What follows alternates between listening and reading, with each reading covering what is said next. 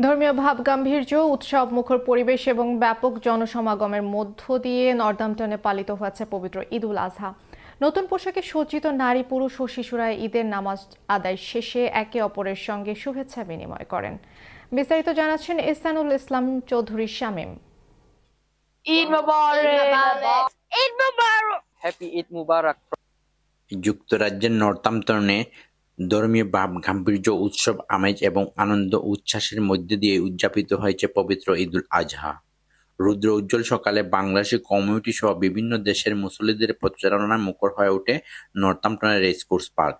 Racecourse পার্কে ঈদের জামাত পড়ছি, লাগছে বাংলাদেশে আমরা ঈদ করলাম, ফ্যামিলি লইয়া আমরা এনজয় করবো। সবরে জানাই ঈদের শুভেচ্ছা, ঈদ মুবারক। বাংলাদেশের ঈদগাহ ময়দানের আবহে খোলা মাঠে অনুষ্ঠিত হয় ঈদের প্রধান জামাত। সকাল থেকেই দলে দলে মুসল্লিরা জড়ো হতে থাকেন। সকাল 9টায় শুরু হওয়া এই জামাতে কয়েক হাজার নারী, পুরুষ, শিশু, কিশোর ও তরুণ তরুণীরা অংশ নেন।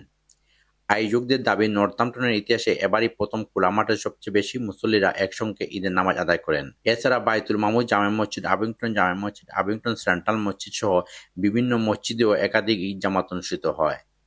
এসব জামাতে কয়েক হাজার মুসল্লিরা অংশ নেন।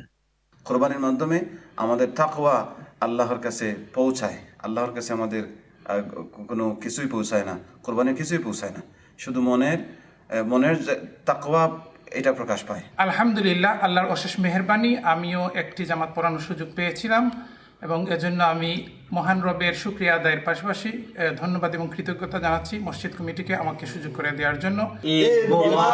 On behalf of myself, my colleague and my family and my comrades, I want to wish everyone a happy Eid. On behalf of everybody here in Northampton, we want to wish all the Muslims here in Northampton as well as around the world is celebrating today, Eid Mubarak. ছুটি না পাওয়ায় আমরা আমাদের মন বড়াকান্ত।